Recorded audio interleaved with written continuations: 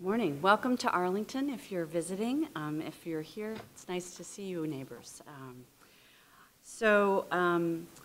What's in a name? What's in an identity? Arlington, a great place to live, work, learn, and play, right? Leader in smart growth, or maybe you prefer transit-oriented development. Early adopter of new ways of getting around the county, from zip car to bike share to dedicated bike lanes and something called Sharos. A great place to do business. Welcoming the stranger, something we've done since the early 70s. The birthplace of the internet, really. Deep commitment to excellence in education, whether you're talking about little tiny children or colleges that we're home to. Promoting a culture of fitness, green, sustainable, parks, trees, open space, all of the things that are green. If you live here or you've read about us in the paper, you've probably heard each one of those things tacked behind our name in some way or another. So where do community identities come from, and are they important? What does it take for a community to build an identity and then sustain it? And when does sustaining an identity become stagnation? I think those are some of the questions that are going to swirl around through the conversations we're going to hear today. And I'm looking at today as an opportunity to pause and reflect, something that we don't do in our busy world as much as we might, but something that is really important, because how we think about these next 30 or 40 years now will influence the people who are going to stand here 30 or 40 years looking backwards, just as we're doing, looking back at that vision that people had in the late 50s and 60s. So while we're future focused, we also have to understand the past and know where we are right now. Now, as Eric said, I've had the opportunity to be in leadership in this community for a long time, 16 of them as an elected official one way or the other.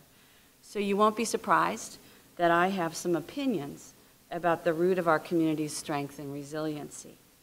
When I boil it down, there has been, as I said, since the 50s and 60s, an important ongoing policy-oriented conversation and dialogue between government and all sectors of our community about where we're going and how we're going to get there.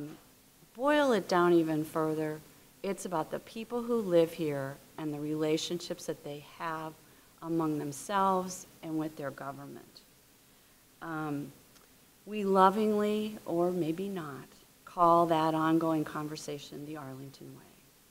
And I believe it is a huge part of our strength here, is that we don't forget that it takes all of us to make that vision a reality. The Arlington way isn't perfect, and the conversation isn't always about key issues. Sometimes it's about things that are way down in the weeds. But it has been critically important. And this year, under the umbrella of PLACE, which stands for Participation, Leadership, and Civic Engagement, we, the county government and our citizens and the people who are involved, are looking more intensely at how we sustain that conversation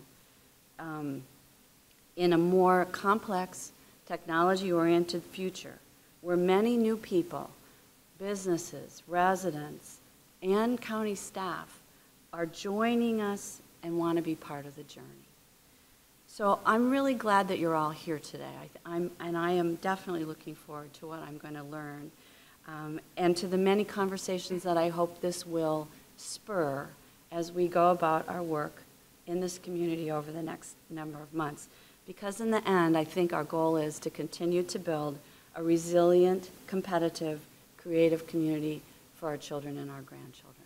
So thanks very much for coming. I'm really looking forward to this. Joining us on the first panel with Doreen are going to be Donald J. Leo, Vice President and Executive Director of the National Capital Region, Operations for Virginia Tech, Jonathan Pirelli, the founder of Fortify VC, and Eric Schaefer, co-founder and Artistic Director of Signature Theater, and most importantly for Eric, former member of the EDC, although he's coming. Okay, he's, you know, you're a theater director, you want to have a good entrance, so.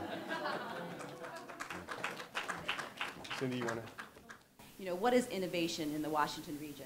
And they had a nice little, interview with Regina Dugan. And her phrase was basically saying, DARPA, don't be afraid of failure. Really go for it. And it comes back to the slide and the grand thoughts about, taking the impossible and the improbable and trying to make it inevitable. And so one of the things when we think about innovation is, what's the driving application? And so today, I think that what's crucial for us to think about is that the idea itself or the invention is really not innovation. Innovation is really that first attempt to carry that idea or that invention, that process, that new product into reality, whether it's through commercialization, whether it's through taking big musicals and putting them into a black box type of setting, whether it's thinking about new ways that we can integrate science with real-time government needs. And so when we're going to move around today a little bit, and I'm hoping that the conversation is going to be amongst the speakers and the panelists, because they really have the ability to think out of the box, if you will, a little bit maybe more out of the box than an academic would. But in general, I think that innovation is going to be dependent on a local environment and a culture that embraces and creates talent, welcomes risk-taking businesses and entrepreneurs, and nurtures this innovation life cycle that's important to communities and the people who live there and the businesses that want to grow and develop there. And so the first thing I'd like to start with is for each of you to take a few minutes and to, in general, think about what does innovation mean to you in your own vocation or your own business day to day, and we'll translate that a little further, later on into what it means for Arlington. But I think it's important for us to understand your perspective first of all. You've got one word. I would say disruption. So for us in startup land, that's where I exist. Tech companies that succeed are typically those that disrupt the most. And disruption comes from sort of, if we take innovation backwards, I think we look at invention, creation. We go forward a little bit through partnership, which everyone has spoken about this morning. I mean, it's critical. GPU is great. I mean, you've got government, public officials, and then university environments. That is Arlington County. That is this region. I think if we then take and innovate together, we disrupt. And disrupting in technology, at least with seed and early stage companies, which is what we invest in at 45 VC, we find typically the most success. So if we see folks that want to make a buck, we're typically not interested as investors. If we see folks that want to change the world, we're all over it. Don Rainey, who's a friend, a mentor, someone I look up to a lot in the investment community, says that all the time. We like to invest in people that believe they can change the world. So I would say disruption, that's my word. That's an interesting counterpoint, I think, to how I would view it. I mean, we're an academic institution at Virginia Tech, and we have 3 missions: research, education, and outreach. And I think innovation really goes through all those different missions, maybe in a little bit different way. Sometimes we like disruption, sometimes we don't. But, in our research mission, of course, innovation is everything, right? We're trying to innovate. We're trying to be leaders in particular technical areas, and and we succeed in that in many ways. And then we're followers in that in many ways. On the outreach side, of course, we're trying to take our innovation and we're trying to translate that into real outcomes that we can license to businesses. We can get venture capital. We can translate into real solutions for society. And on the educational side, I actually think that's an interesting element of the innovation piece, because you may or may not know that there's a lot of innovation that goes on in the educational aspects of an academic institution. And I've seen in my 15 years at Tech a lot of changes in how we teach people, how we interact with the communities, how we develop our programs. So I think innovation of the three legs of our platform. I think the educational innovation is one of the ones where we're going to see some of the most exciting advances in the coming years. And I'm probably the odd man out here because I work in the nonprofit world, and one of the things that we do at Signature Theater is we actually embrace 2 words, and that's invention and reinvention, and that's inventing new work for the stage so that audiences can enjoy, and then also taking maybe an older show that everyone knows and reinventing it and let people rediscover it in a new way. And I think probably the biggest thing that we do is really build bridges. we're building bridges between audiences and, the artists. We're also building the bridges between the artists themselves and actually giving them a playground and saying, hey, if you have an idea, go out there and try it. Let's try this, let's try that. There's no rules to what we do. And so that's the actually great thing about it, and it's also the worst thing about it.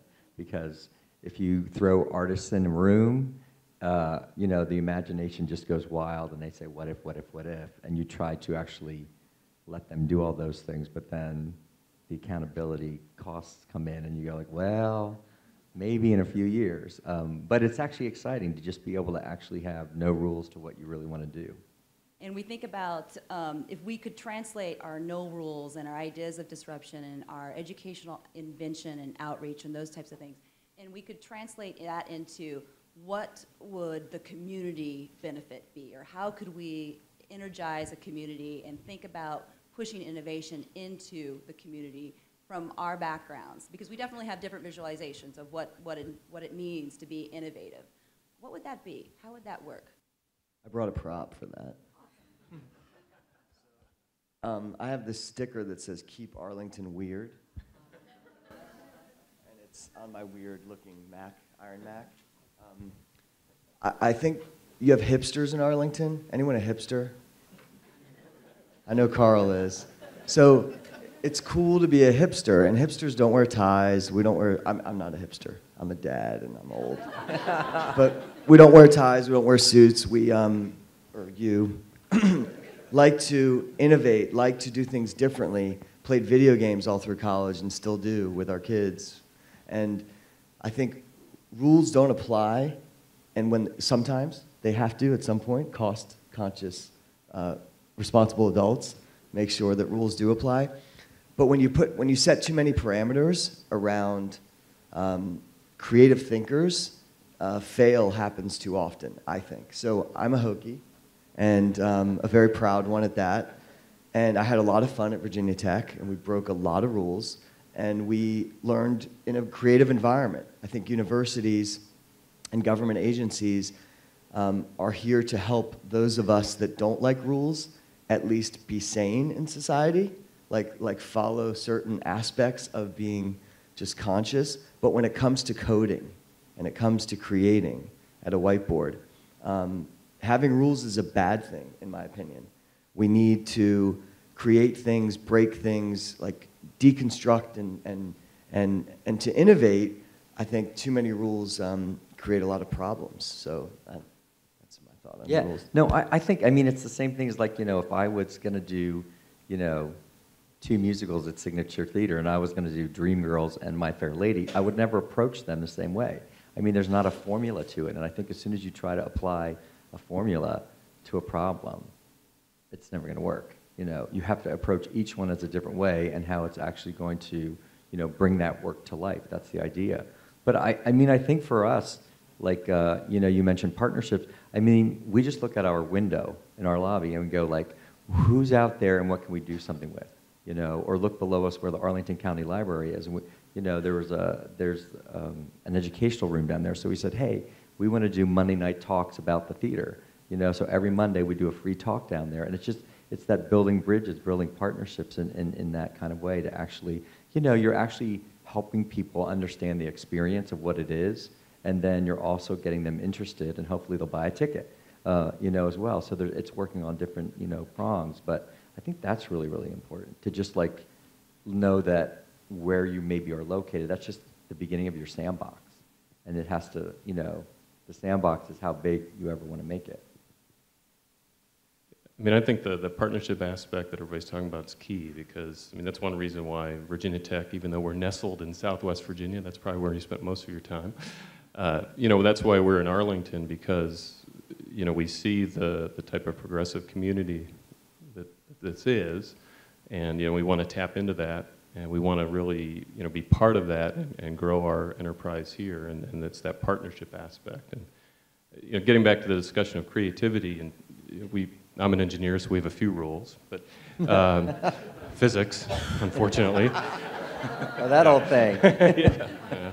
We try to get around it, but no, and I think that's one element that has vexed me in terms of our, what we do in the academy is, you know, I think we're many times, sometimes very good at being creative, but I think you pointed out at the beginning, Doreen, that innovation is then taking that to the next step and making it a useful solution for something, whatever it is. And sometimes that's where the partnership aspect becomes very critical for us at the university, because you know, we may be very good at being creative, but then that innovation piece of bringing a solution to somebody that needs it, you know, sometimes we're not that good at that, and that's where the partnership's really critical for us. And I think too, you know, with that is that a lot of people have, you know, are afraid to fail. They just feel, you know, the only way they're going to succeed and even get a bigger name or get a bigger salary is they have to. And, you know, the great thing in the theater is we're not afraid to fail. Maybe that's even a bad thing because maybe we fail too many times. Not in our eyes, but maybe the eyes of the critics. But it's that thing of that, you know, without taking those chances and without saying, well, what if, you know, and we constantly do that, which is exciting. We have a play on at Signature right now, which is called Really, Really, and it's written by a 26-year-old playwright. It's the first play he's ever written, and it deals with a college campus, and it deals with girls and guys that get drunk one night, and something happens, and you have two sides of a story of what really did happen. And it's so amazing to actually see people in there actually they're pushed to their limit. Having the experience of that play, but it's making them come out and talk. And you know, when I first picked the play, people on our staff were like, "Oh my God, Eric, that may be a little too much." I was like, "No, that's what we're about. We have to do that." Because actually there was 5 other theaters in the country that were looking at it, like the Public Theater, Manhattan Theater Club, and they're like, we can't do it for our audience. It's too much. But I was like, "Yeah, we'll do it. Why not? You know, that's what we do in Arlington." And it's great. And I think, you know, we've always pushed, and I think that that's so important. Just a quick thought on theater and Columbia Pike and just Arlington County. If for Arlington to stay cool and have more, like Artist feels great. To earn your sticker. Yeah. Yeah. I love being there, and it's open, and there are co-working spaces that happen there. But Columbia Pike's this unique, like Soho in New York. Like, it's really cool, and it needs to stay that way. So developers want to make a lot of money and make all the buildings look like Reston Town Center, but you already have that in Arlington. Like, let's do something different over there and keep it cooler. Well, the great thing is like being in Shirlington, we've now nicknamed it Shirley Vegas. Nice. So like, that's nice. You know, that's the destination, we say. And breaking all the rules and failing. Like the key thing in startup land, in theater, not always in physics, is just don't be afraid to fail, and failure needs to be more of a badge of honor in this region, like it is in the Valley, because you know, the internet was invented here. Like, everyone should just walk around and be happy about that every day. And if it weren't, I would be working at Norfolk Southern, because I was a co-op student there when I was at Tech. I'd be working on the railroad or in tobacco in Richmond. I mean, who doesn't work on the net every day? Like, we all do, and the whole world benefits from that, and it happened here. So congratulations, you already have innovated like the greatest thing we've ever had in this century. So let's just do another one.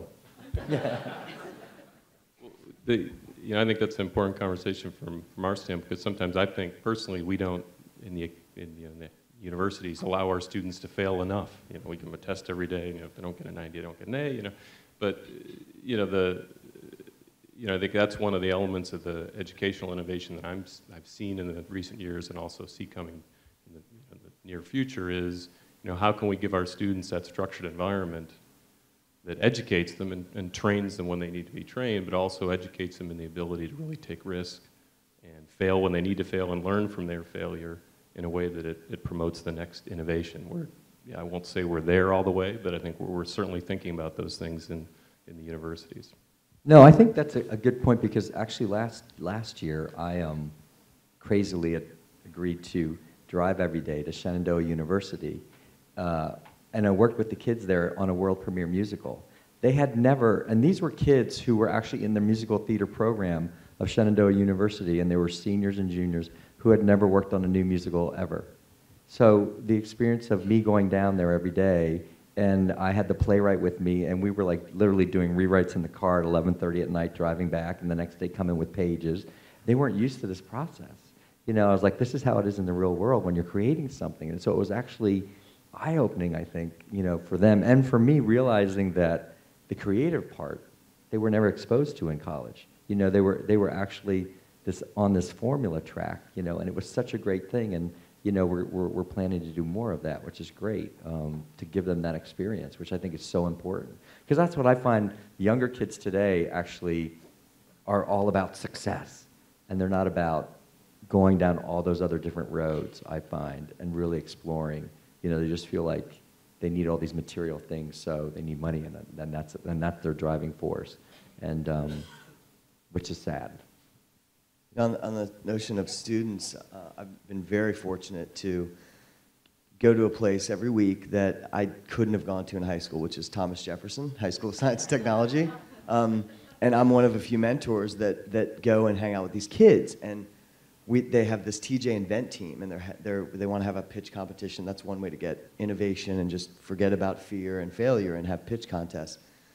And we hang out with these kids, and it's like being at NASA. I've been at NASA hanging out with folks like you, and it's crazy. They're so smart, but they don't know how to start a lemonade stand. Because they've been studying constantly since they were 2. And so really, really smart kids, and it's really fun because they now are like, we can start a company? And they go to corporate.com, and they're like, I just started a company. And it's really cool. So, the earlier we go with children and Nifty, Julie Cantor locally runs Nifty for the region in DC. It's amazing how many children want to be entrepreneurs. And if we don't innovate, we lose. Act 1, internet, Act 2, what's it going to be? We've lost manufacturing, gone. We've given away a lot of software development jobs, literally, to other countries. We had everything, gone. So if we don't become global or nationally that innovation economy, we're totally in trouble, big time. I was going to use a different word, but I know the Washington Post is here. So I wouldn't say that one. I just want to go on record that we have had 3 faculty members start lemonade stands. So no. Awesome. No, but I think that's true. We just actually finished, we do a program with 3 Arlington High School kids at the schools, and it's called Signature in the Schools, where we actually write a world premiere play for them to perform, and we audition the kids, and it's on the SALs of Standards of Learning for Virginia, and then we bus 7 of the schools all in from Arlington to see their peers do the show, and it's amazing, how these kids bite the bug, and they get so infectious in what they're doing, and then they're going to go on, and a lot of them go on into the theater, which is something that we've never had before here in Arlington, and it's so great because it is that thing. You catch them that young, and it just becomes infectious, And now Signature is their hangout spot, which is great, We need to talk because we challenged the TJ kids. We were like, okay, if you have a pitch contest and you win a place at the Fort, that's our accelerator in the city, should it just be TJ kids? Are you afraid that DC Public Schools and other Virginia schools could compete? And they're like, no, we're not afraid. We're not afraid of anyone. So now we're trying to get other students. We may have this pitch contest for 30, 50 high schools. I don't know. Yeah. We'll see what happens. But then they'll get to know each other. And how cool would it be if a DC Public Schools robotics team member, those kids are wicked smart, and at TJ kids start the next Facebook in Arlington County. Yeah. So if you're thinking about, you mentioned, Jonathan, that we've lost manufacturing, we've lost software, and some things like that. If we're thinking about local economies and the region too, right? If we're thinking about this, what worries you the most about kind of thinking about developing the innovative capacity? Not just the things that we're losing, but things that we might lose, the important factors, the important determinants, if you will, that could harbor our ability to have that innovative capacity in the future. I've been a defense contractor before wearing jeans every day. I was in a suit, and I did cybersecurity stuff and went to the Pentagon and did that kind of stuff. And it was cool, and it got really old because the way we spend money, and it's just a mess, right? Everyone knows it's a mess. It's the best country on the planet. It's the greatest government ever, and it's a total mess. So I couldn't do it anymore. But I think that if, excuse me, if we actually continue to we slow down the spend, all these brilliant people that are well-dressed will look like hipsters because they're not going to have jobs in all these beautiful buildings here as defense contractors. They're going to have to innovate. So hopefully what will happen is they'll go back to the same person, people, organization they've been serving in the government for 10 years, and instead of it being a $100 million contract, they'll do it for $2 million or $10 million, and they'll do the same work for less because the jobs will shift. I don't know the answer, I just know we spend way too much money, and it's frightening as a country, and I hope to see that we innovate more, and if those jobs change, that more people become entrepreneurs. Was chatting with Emily and Jennifer from Arlington County Economic Development earlier, and Emily knows all of the tourism and travel folks in this region, and there's this notion of getting those people together with entrepreneurs and saying, like, this is the center of that. Like, we have people come here from all over the world all year. So why are we not, as entrepreneurs, having executives from Hilton and Marriott and these other organizations that are here, I mean, some in Arlington County, meeting with entrepreneurs and saying, we're too big and we don't have the capacity, but we have this problem, could you solve it for us? And don't invent the next kayak or Orbitz on the West Coast. Let's do it right here, because the problems are here. And the money is here. And so that's another thing I think that needs to happen to promote entrepreneurship and the attempt at failure, so that eventually those of us that are doing it succeed, which is have these large organizations, like, just take a little bit of risk. Spend a little time, spend a little money, because they have so much money. Like, it's $100 grand. It's the $50K actually, $50,000 is the new $5 million. Entrepreneurs, any entrepreneurs, come on, raise your hand. Oh, power, I see you. Like, you can start a business for 50 grand, right? I mean, you don't need $5 million like we did 10 years ago, because you just code it, you throw it up on Rackspace or Amazon or Microsoft Azure.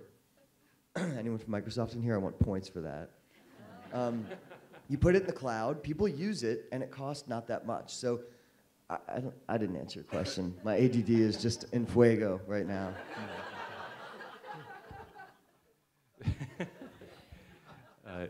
That sort of segue. I mean, what challenge that I have in the academics is, how do we teach all this? But I think you're hitting on a number of these points. I don't think it's necessarily how do you teach it, but how do you create the right environment that promotes it? And your idea of getting the executives together with the students, those are some of the things that we're trying to do.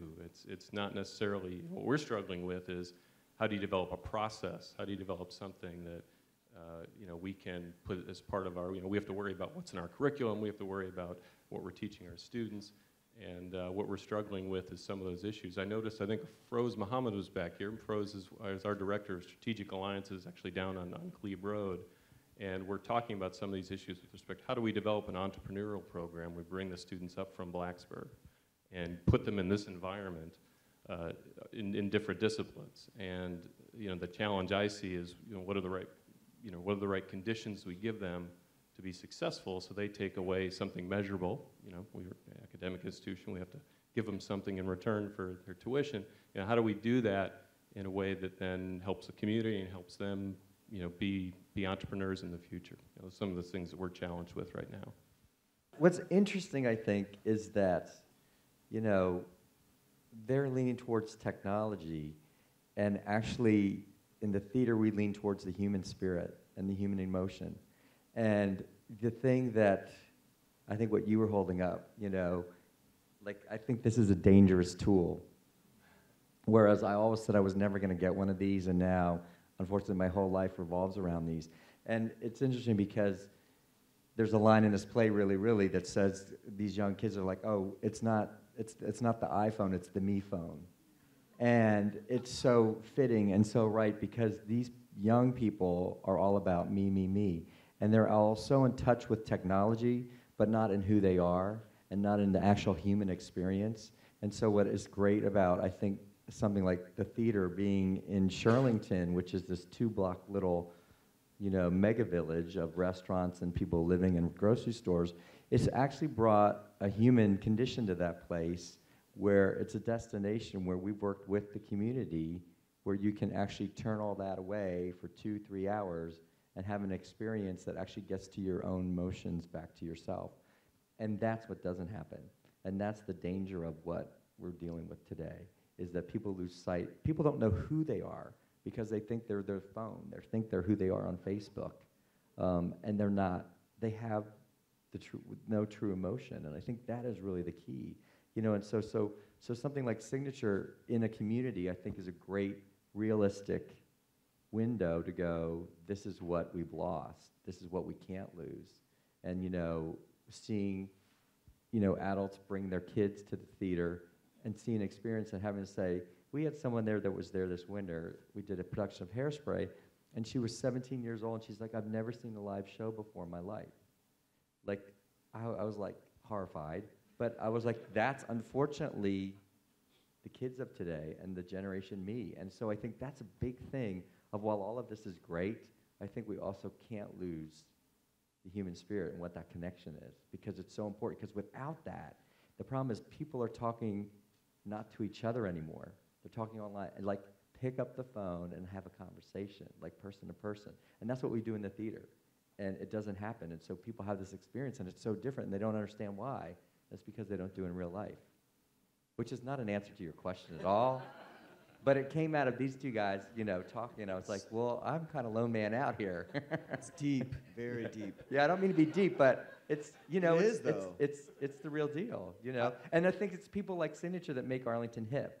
It's people like us doing these new works or taking shows and inventing and just getting people having an experience that makes it hip, that you can go there and you're not stuck in a room by yourself on your computer watching a movie. There's no physical, emotional connection to any of that. You can't be moved by the music or the singing. So I think it's so important to have those cultural anchors, in the community that actually mean something and become a destination.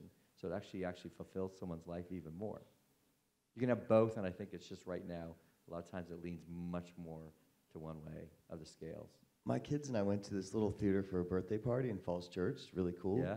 And They right created afterward, Cauldron? they loved it. They were so See? into it. They got the tour. It was awesome. And right after we got in the car, they all grabbed their gadgets. See, They plugged back in. Yeah. But Take that's them okay. As away long as they next unplug time. for, an hour or two, that's great. No, they loved Yeah. it. You're Yeah. absolutely right. Yeah. I'm going to the theater tonight. Okay. The show's at 8 o'clock. I'll be there. So I think this is an important part, though, because one of the things I think that, from Arlington's perspective and what we heard Mary Hines talk about, and I know in conversations that I've had with AED, is that, what can Arlington do? And you've talked about, the need to get the students or the entrepreneurs together with the businesses that are fortified. You've talked about the need to think about innovation as the human spirit and think about new ways to be creative, if you will.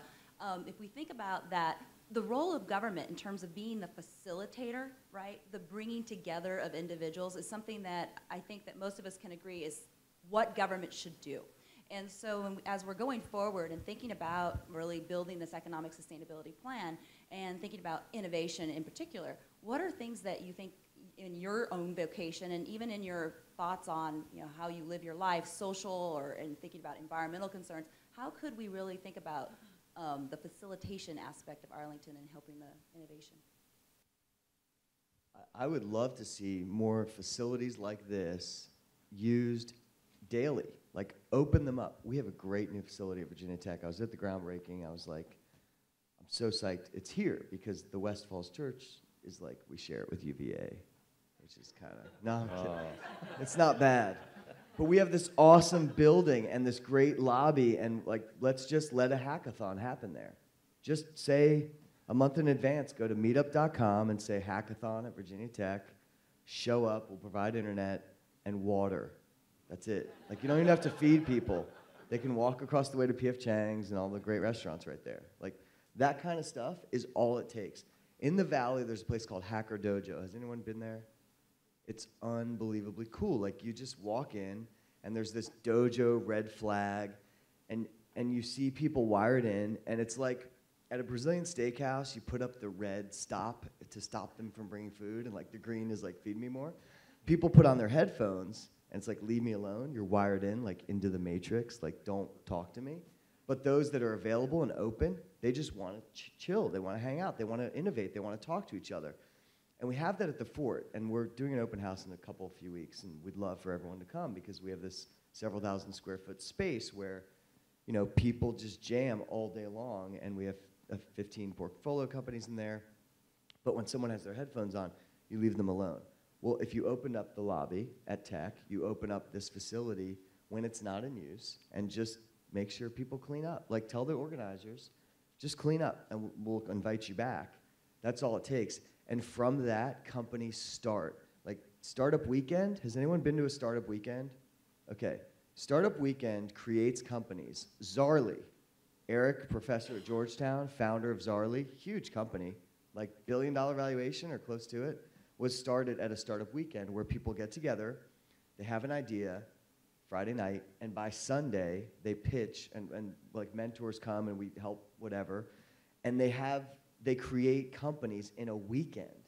Like, having a Startup Weekend in Arlington would be huge for Arlington. It would be, you would see people come out of like those buildings I was talking about, where they're wearing suits, and they'd be like, all right, I'm taking Friday off, I'm gonna call in sick, and I'm not gonna wear a tie, and I'm gonna hide with my hipster hat and my jacket, and they'd go there, and they would code all weekend long, they'd create a company, and then they would quit their job. Like, when people say, I left Booz Allen, we cheer. We're like, that's awesome that you worked there, and that's cool, but congratulations for joining the ranks of the crazy hipster entrepreneurs. Because startup land's not easy. It's a roller coaster. It's like totally not, it's not easy, but it's rewarding, and we change the world every day in startup land. I mean, I don't, we do, entrepreneurs around the world. But opening it up, just open up open spaces. Like, that's it. That's all you have to do. Water, bathrooms, light, power, internet, and just let people come in. And then you'll see things happen. And I think it's that simple, because I've seen it happen in the Valley, and we're doing it all over. Yeah, sounds like we have a next event. Yeah. I mean, probably, once again, I'm like odd man out up here, but for me, for Arlington, it's almost thinking outside the box. Because, the arts are under a different set of rules. There's no rules in artistic freedom. And so the thing that's hard about us is that you're stuck following corporate rules, which don't really apply. Like, for instance, we've talked about this, but we can't do it. But it would be so great in the summer that we were like, wouldn't it be great if we put 5 spin-up pianos just out on the plaza all summer long, so people who are strolling through Signature can just go up there and start playing piano. Like, it's things like that that is going to make and continue to make Arlington a hipster place, but it also gets people in touch with the arts, and it just gets in touch with, oh, what a cool thing what they've done. They've got, the red, green, blue, yellow, purple pianos in Signature, right, at Shirlington. So it's things like that that I think are really, really important, that are going to make you feel like it's a hip place, and that it's also just ahead of itself. Arlington's great. I've lived here 23 years of my life. But you wish sometimes the rules were easier, like they are in the cities, where no one really complains as much. You can put, there's freedom there. There's artistic banners hanging on the buildings. There's artistic banners hanging on the lampposts. You feel the vibrancy of that. You feel there's a creative energy and spark, and it's not, Pleasantville. So I think that's a, we refer to Shirlington as Pleasantville as well, and I think that's so important, so that it just becomes alive in a way that people go, this is a vibrant community. This is really hip. And so loosening those corporate worlds, and the rules for art organizations is a huge deal. It's a really huge deal. Because imagery and art, the only way that people connect to art is through imagery. Whether it's a painting, whether it's a photograph of a production or something like that, they go, oh my God, I want to be immersed in that world. And if you don't have space that you can put out a scrim banner hanging from one of the garages, it doesn't do anything. It's never there. So I think things like that would really be a huge help, really big. Arlington needs a banner day. Oh yeah. No approvals needed. You can hang any banner of any size. And the coolest ones get to stay up. So then it's Voting. like a competition. Crowdsourced. Yeah, voting. the good ones stay up, and you're like, oh, that is hip, that works. All that can be done via the internet. Yeah. Exactly. Everybody wins. So we've kind of dished on, the big corporate groups here in DC, and we, at the same time, we are very thankful that we had, the big agencies like DARPA and they are strategic assets. You know, the defense agencies and things like that are strategic assets for Arlington and for the region in general. So if we want to make sure that those people in those boxes are part of what we're doing and that we are able to make sure that there's a flow there, it goes back to kind of the partnerships thing, I think, Dawn, that you said earlier. How do we build those partnerships? How do we make it more, they integrate them into the community, for example? Well, I think, you know, from my perspective, that gets back to the previous question, which is, you know, Arlington can just be a facilitator for making those connections. I mean, that's one reason why we came here to this community, was to be able to grow those partnerships. So any way that you can help us do that, and you're already doing it, but any way you can help us, I'm not sure a banner day is going to do it, but maybe it would. The DARPA banner would be quite interesting, but you know, just help us grow those partnerships and integrate into the community to you know, to become part of it. You know, we're somewhat newcomers here in a way, and you know, just from our perspective, we'd like to you know, to be integrated more fully in the community. You know, with those agencies, with those types of groups, as well as the other community groups that we're talking about. I would have three things I think that would need to be done. The first one, or all three, invest, communicate, and action, like attend, like participate. So invest, action. On invest, NSF is the largest angel investor in the country. In the Capitol did a story on that. It was opened my eyes. I was like, no, it's got to be someone else. But all these little companies and all these organizations are funded by our government, and it's great. I mean, it's wonderful that we can do that. Communicating these things that happen, if you don't yet use Twitter, it's not just about kids saying, I had a sandwich. Like, I just went to this play or no, it's not just about that. It's about all of us sharing news and information. Like, it's where I get my brain food. I don't even go to Google News anymore, and I rarely use the iPad. I just look at Twitter articles that influential people in my life are saying, read this stuff. So if you don't use Twitter yet, it's okay to use Twitter. Just go and open an account. It's free. It's on the internet. So that's, I think, communicating all these things that are happening. Like, invest, be an angel, write a check. One of the most rewarding things I think you can do is use Kickstarter to fund someone here or globally. There are all these places you can go. Fund a lemonade stand in Ghana. No kidding. You can totally do that. So invest. It feels good, and it's awesome because it's promoting jobs ultimately and entrepreneurship. Communicate, and then attend. Like, you're all here. It's great. Take action and get involved and tell other people to do it. If each one of you said to someone else, you need to go to this hackathon or this startup weekend and just see what it's all about. Bring someone who codes software but is an introvert and plays video games all day, and you think they're weird. It could be the next Mark Zuckerberg. So if that person's on your couch, it's to your advantage to get that person to a startup weekend. So I would say get involved, communicate, and invest. No, I did say get them on your board, and I made a joke about that, but not really. And the fact of, like, someone like Boeing, who's now, you know, headquartered here, you know, one of their vice presidents came on Signature Theater's board and is totally invested in the theater. And once again, it's building those bridges into the, you know, community. I mean, we're giving them something, they're giving us something, and it's really helpful for a nonprofit because you need that kind of thing. You know, roughly 50% of our ticket sales only cover our budget, and the rest has to be raised from, you know, donations in our world. So, you know, those things are really, really important, and it's finding those partnerships and those marriages with, you know, corporations in the Northern Virginia area that want to be part of that and are willing to. If you think about the innovative community and an innovative environment, what do you think we don't know right now enough about, or we should know more about, and you guys know it? So you know it, we don't know enough about it, or we need to know more about it to make Arlington more innovative. 5 minutes. Physics? You know a little bit about that. I'll take a shot. I guess it's, does everyone know what all the companies that are here are already doing? Like, I learned about a company, it's not O-Power, it's APT. Learned about it today, growing to be a couple hundred people.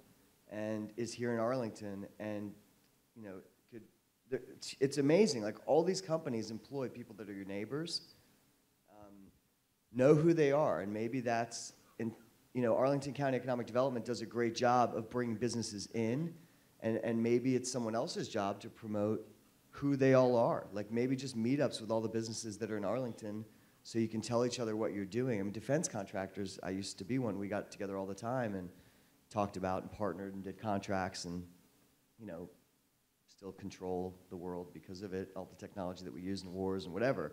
It's bad, but this is all good. This is like power and redoing and redistribution of the grid. And so I think if you get all these people together that are already here, that's the answer, because I don't know what everyone in here does. So. And I think this conversation's highlighted some of the things that we don't know. I was in Silicon Valley for a few years, a small engineering company, so not necessarily a startup, or certainly not at a place that was one of the entrepreneurial places. But in any case, there was a feeling about Silicon Valley that, when you ask what we don't know, I don't know if we know enough to know how to create that. But I think some of these ideas are getting to that. How do you create that community and really that feeling that gives it the vibrance where it's okay to fail, where you have the right partnerships? I think Arlington, certainly this community and this conversation is very important, and I think it's getting to some of those things that we don't necessarily know about maybe what's the difference between this community and a community like Palo Alto or Menlo Park, where some of these ideas have already taken off. And I think this is a good initial conversation to have. I think for us, it's probably understanding what we do and how we do it. But even more importantly, in the big picture, I think of how it actually affects and builds the life of Arlington. I think, Signature is going to be 23 years old next year, and I think that, Arlington could use Signature more in promoting what it is and what it brings to the community and how it transforms Shirlington in a really unique way, not just locally, but nationally in that sense. And as Signature is the largest theater in Virginia that exists. So to kind of have like a little jewel in their crown in the back pocket, and I don't think they exploit that as enough. And I think part of that is from not maybe understanding what it is and how a business like that is run, because it's not, in the nonprofit world, it's not black and white. And when you're taking, creative risks and you're providing, local playwrights these opportunities to have something produced, it could hit or it could bomb. And that is like, on the ricochet scale, who knows, and it affects ticket sales, which affects it's the whole slide. So you never know, like, our job is a sliding scale. So I think understanding that and the risk of all those involved, but also what the other side of it is, what it brings and how much that really benefits the community. And, for me, it's fantastic when, I'll call a director or a author in New York or a performer and say, hey, would you come to Signature? Where, they're not working on Broadway, making the salaries they're making and, working in a 1,500-seat house, and they're going to come to Shirlington and work in a theater that's 272 seats, but they're going to have an experience that actually is going to fulfill them more creatively than they've ever had. And they leave here going like, I want to go back to Arlington. Like 99% of the people that have come and worked here, and we're not just talking like Joe Schmo. We've had, Cameron McIntosh to Cantor and Ebb to Frank Galati, Ann Ranking, like huge people in the industry that are introduced to Arlington in a way that they never were, and leave with such a positive attitude, which is actually they're going telling their friends, and it's been amazing. So I think that's probably the biggest thing, and it's hard because we are this crazy business that's not like anything else. But that's what makes it exciting. And I think this is a great juncture for us to move into kind of thinking about the competitiveness and resiliency part of the Grand Thoughts, because we are, we have a unique panel here today, and I want to make sure that we give a good round of applause to your contributions. But I really appreciate kind of the ways that we were able to integrate the conversation around a lot of the issues that we struggle with, but also thinking about the special needs that we need in different vocations and different industries in Arlington. So thank you very much.